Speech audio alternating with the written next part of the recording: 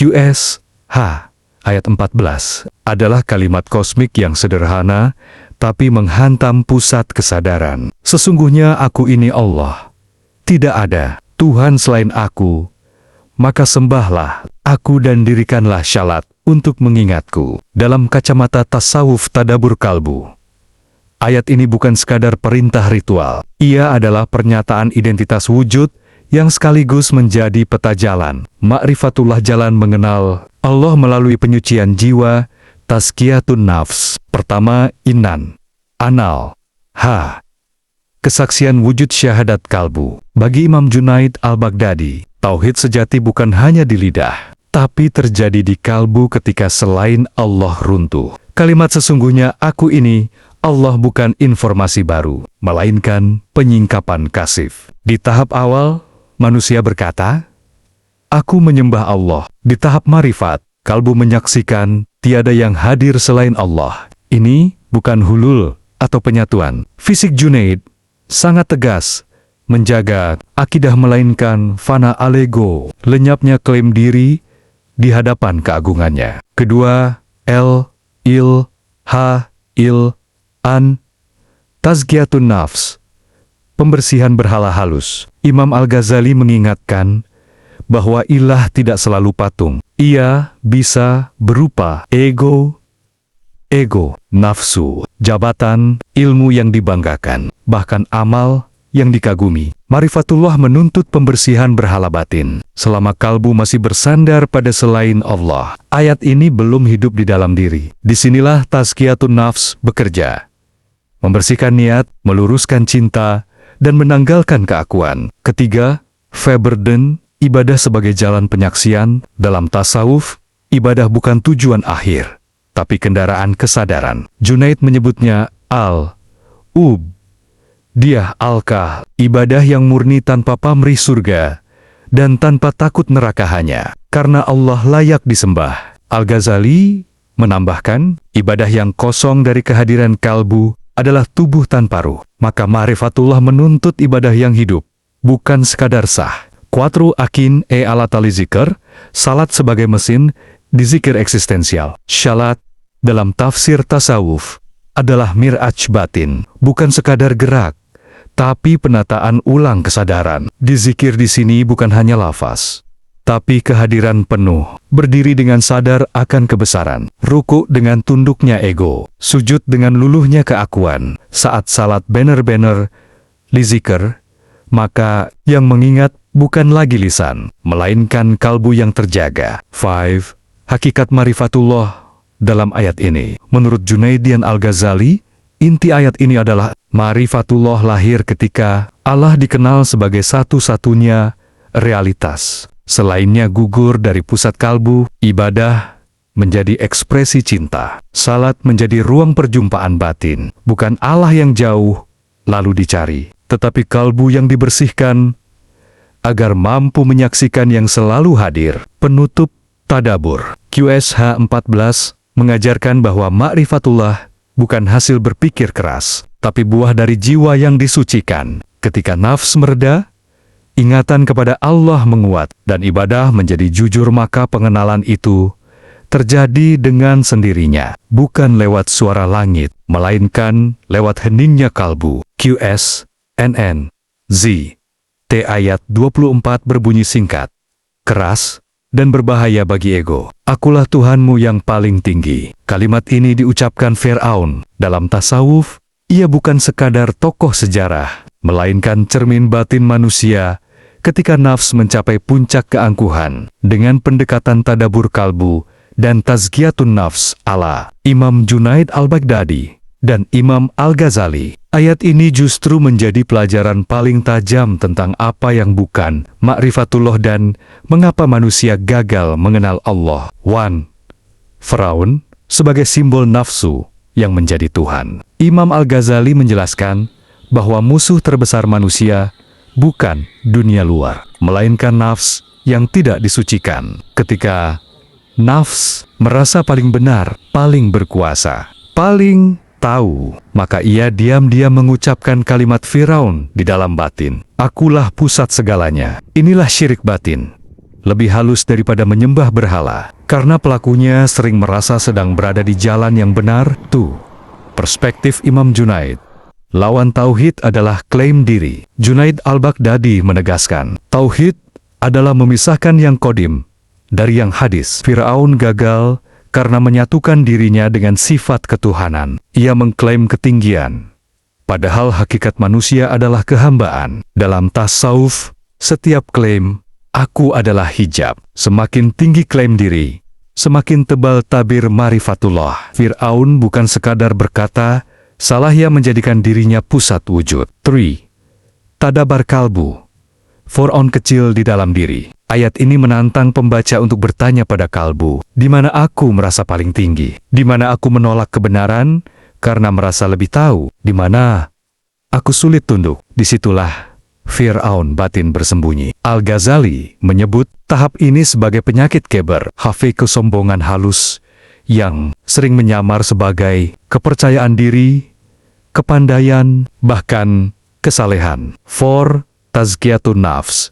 Jalan keluar dari Firaunisme batin. Marifatullah hanya lahir ketika klaim diri dilepaskan, kehambaan diterima, ketinggian dikembalikan kepada Allah semata. Menurut Junaid, makom tertinggi bukan menjadi tinggi, tetapi lenyapnya rasa tinggi. Menurut Al-Ghazali, puncak ilmu adalah ketika seseorang sadar, aku tidak memiliki apa-apa, bahkan diriku sendiri. Saat itulah kalbu menjadi cermin bening bagi pengenalan Allah. 5. Hakikat marifatullah yang tersirat dalam ayat ini. QSNN ZT24 mengajarkan lewat kontras. Firaun berkata, aku yang paling tinggi. Marifatullah berkata, tiada yang tinggi selain Allah. Firaun mengangkat ego. Marifatullah menghancurkan ego. Firaun menuhankan diri. Marifatullah mematikan Tuhan palsu di dalam diri. Penutup tadabur. Ayat ini adalah peringatan spiritual paling jujur. Siapapun yang ingin mengenal Allah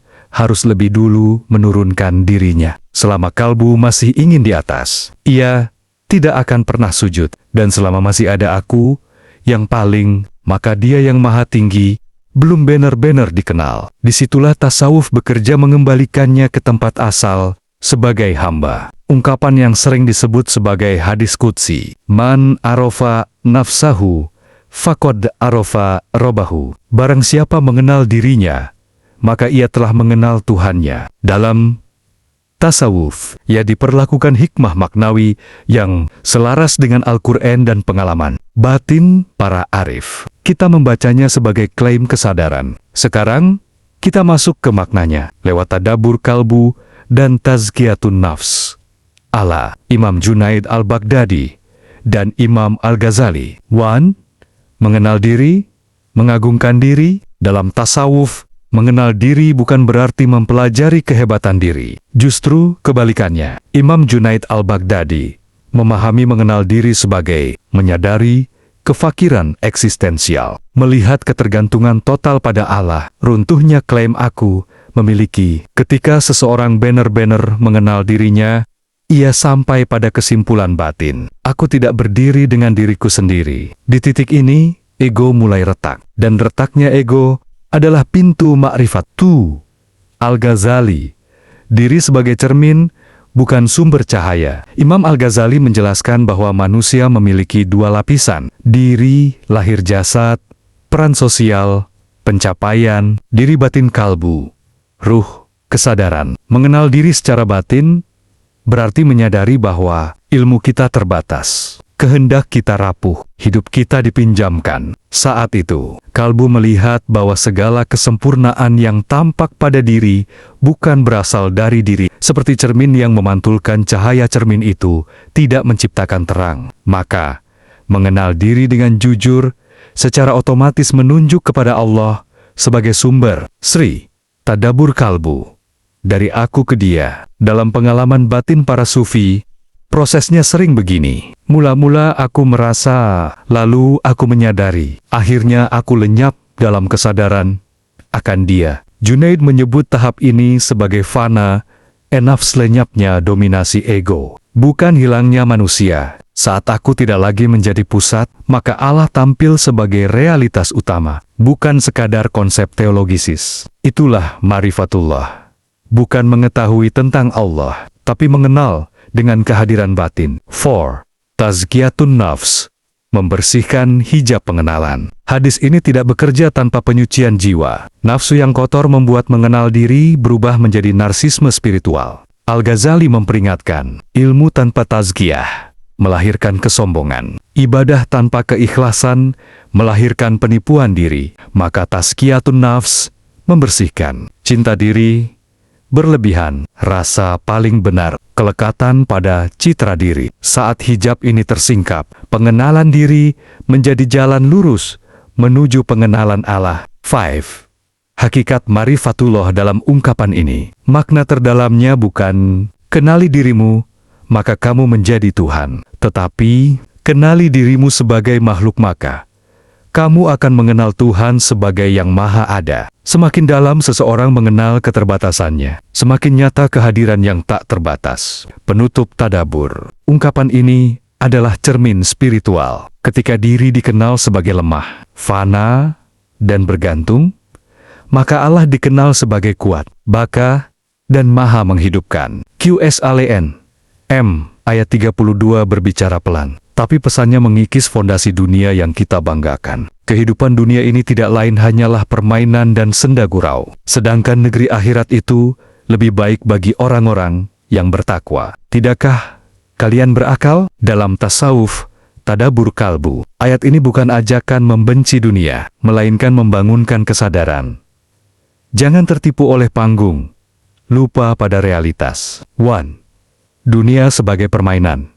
Analisis kalbu, bukan sinis. Imam Junaid al-Baghdadi tidak mengajarkan lari dari dunia. Ia mengajarkan tidak terikat. Dunia disebut laib walau, bukan karena ia palsu, tetapi karena ia sementara dan memikat perhatian, seperti permainan. Dunia menyita fokus, emosi, dan ambisi hingga manusia lupa bahwa ia sedang bermain, bukan tinggal menetap. Ma'rifatullah dimulai ketika kalbu sadar yang sementara tidak pantas dijadikan tujuan akhir. 2.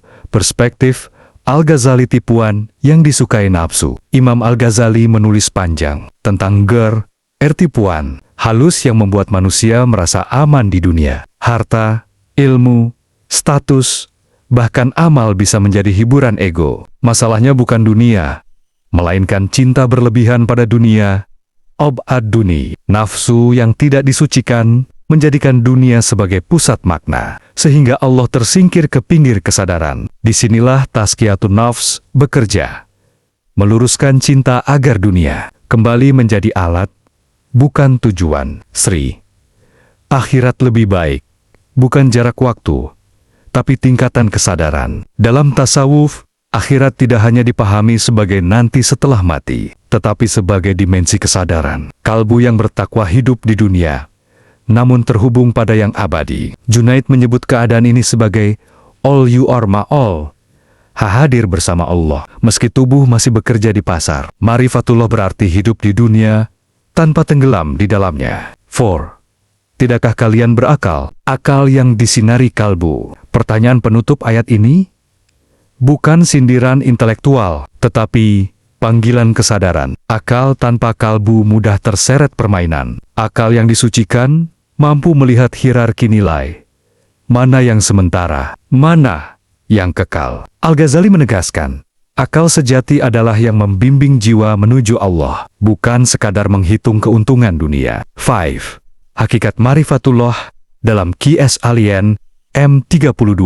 Ayat ini mengajarkan bahwa ma'rifatullah lahir ketika dunia dipahami sebagai persinggahan. Nafs dibersihkan dari cinta berlebihan. Kalbu terikat pada yang abadi. Hidup dijalani dengan sadar, bukan terbius, bukan meninggalkan dunia, melainkan menempatkannya di bawah Allah. Penutup tadabur. QSALN M32 adalah cermin lembut yang bertanya, apakah kita sedang hidup? Atau sekadar sibuk bermain? Ketika kalbu berhenti tertawa berlebihan pada dunia, ia mulai mendengar panggilan yang lebih dalam. Di sanalah ma'rifatullah bersemi. Saat permainan tidak lagi menguasai jiwa, dan yang kekal kembali menjadi pusat perhatian.